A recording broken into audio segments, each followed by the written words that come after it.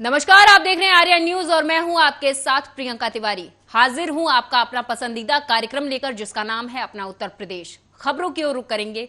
Suhel Dev Bharatiya Samaj party के अध्यक्ष ओम प्रकाश राजभर ने बिहार में नीतीश कुमार की नई सरकार से जाति जनगणना की मांग उठाई है। ओम प्रकाश राजभर ने मांग की है कि जेडीयू, आरजेडी और कांग्रेस जाति जनगणना में बीजेपी को बाधक बताते थे। अब इन सभी पार्टियों की सरकार है तो उन्हें जाति जनगणना करा लेनी चाहिए। राष्ट्रीय जनता दल और जदयू गठबंधन की सरकार बनी है। कल तक राष्ट्रीय जनता दल, कांग्रेस और लेफ्ट और जदयू के लोग ये कहा करते थे कि भारतीय जनता पार्टी बाधक है, जातिवार जनगणना नहीं करने दे रही है। अब तो आप स्वतंत्र हो गए हैं। एक तरफ जदयू, राजद, कांग्रेस और लेफ्ट की सरकार है, तो हम तो माननीय तेजस्वी यादव जी जो डिप्टी चीफ मिनिस्टर बिहार और चीफ मिनिस्टर माननीय नीतीश जी से कहूंगा कि अब तो आप लोग स्वतंत्र हैं और बिहार से ही शुरू करिए जातिवार जनगणना का ऐलान, और आप लोग मिल करके बिहार में जातिवार जनगणना 6 महीने के अंदर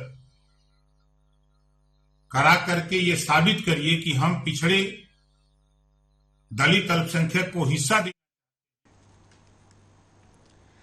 रायबरेली डिपो की 170 बसों का संचालन इस बार रक्षाबंधन पर कराया जाएगा। आजादी के अमृत महोत्सव कार्यक्रम के तहत इस बार रक्षाबंधन पर प्रदेश सरकार ने बहनों के लिए 2 दिन की बस यात्रा मुफ्त की है। इसके लिए बसों को दुरुस्त कराया गया है, साथ ही रूटों का चयन भी किया गया है। पिछले कई वर्षों से रक्षाबंधन के दिन सरकार ने बहनों को रोडवेज की बसों में फ्री सफर देने की सुविधा दी है। पूर्व में महज रक्षाबंधन के दिन ही बहनों को ये सुविधा मिलती थी, लेकिन इस बार मुख्यमंत्री ने 2 दिन बहनों को फ्री सफर करने की घोषणा की है। आजादी के अमृत महोत्सव के क्रम में इस बार 48 घंटे तक मुफ्त बस सेवा उपलब्ध रहेगी। 10 अगस्त की मध्य रात 12 बजे से 12 अगस्त की मध्य रात्रि 12 बजे तक बहनों को ये सुविधा मिलेगी। रायबरेली डिपो में 170 बसों का बेड़ा है। 84 बसें रोडवेज की हैं और 86 अनुबंधित हैं। हमारी उसमें से 165 बसें चल रही हैं। 5 बसें हैं जो कारखाने में मरम्मत में हैं, और जो बसें चल रही हैं यात्रियों के लिए पर्याप्त है। माननीय उत्तर प्रदेश सरकार के द्वारा 2 दिनों का महिलाओं के लिए इस समय छूट दी गई है। विगत 5-7 वर्षों में 1 दिन का छूट रक्षाबंधन के पर्व पे रहता था, लेकिन इस बार आज़ादी के अमृत महोत्सव को देखते हुए उत्तर प्रदेश सरकार के द्वारा 2 दिनों का फ्री यात्रा सम्मानित महिलाओं को दिया गया है। सभी महिलाओं और सभी सम्मानित यात्रियों के लिए बसें पर्याप्त संख्या में उपलब्ध।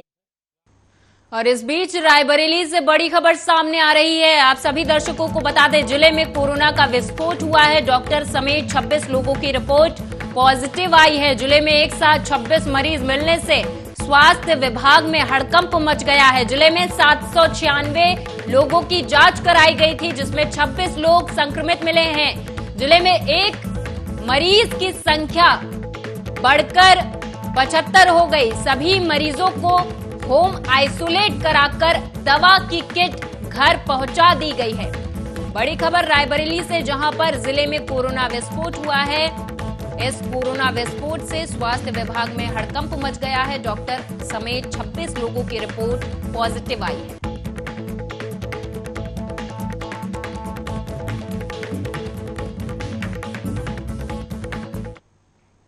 रायबरेली डलमऊ थाना क्षेत्र के कस्बा निवासी विशाल नाम का युवक बाइक के मुरई बाग जा रहा था कि तभी डलमऊ तहसील मार्ग पर मियाटोला मोहल्ले के पास बाइक जानवर से टकरा गई, जिससे वो गंभीर रूप से घायल हो गया। युवक, जिसका नाम विशाल बताया जाता है, सूचना कस्बे के लोगों ने जब 108 एम्बुलेंस को दी तो सूचना पर पहुंची एम्बुलेंस से घायल विशाल को डलमऊ अस्पताल में ले जाकर भर्ती करा दिया गया है।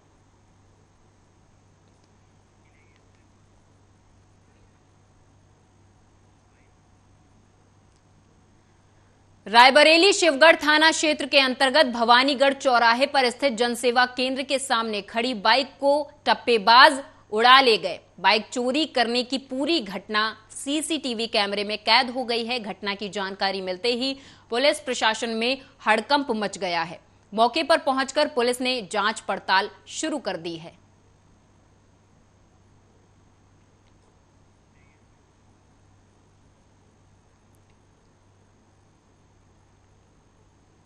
लखनऊ प्रयागराज मार्ग पर स्थित बछरावा कस्बे में एसडीएम महाराजगंज के नेतृत्व में भारी पुलिस बल के साथ अतिक्रमण अभियान चलाया गया। रक्षाबंधन के त्योहार को लेकर दुकानदारों ने अपनी दुकान के आगे टेंट लगाकर मिठाई और राखी की दुकानें लगा रखी थी, जिससे जाम की स्थिति पैदा हो गई थी। आवागमन भी बाधित हो रहा था, जिसके चलते एसडीएम महाराजगंज सालिक राम ने भारी पुलिस बल के साथ पटरी के किनारे किए हुए अवैध अतिक्रमण को हटाया।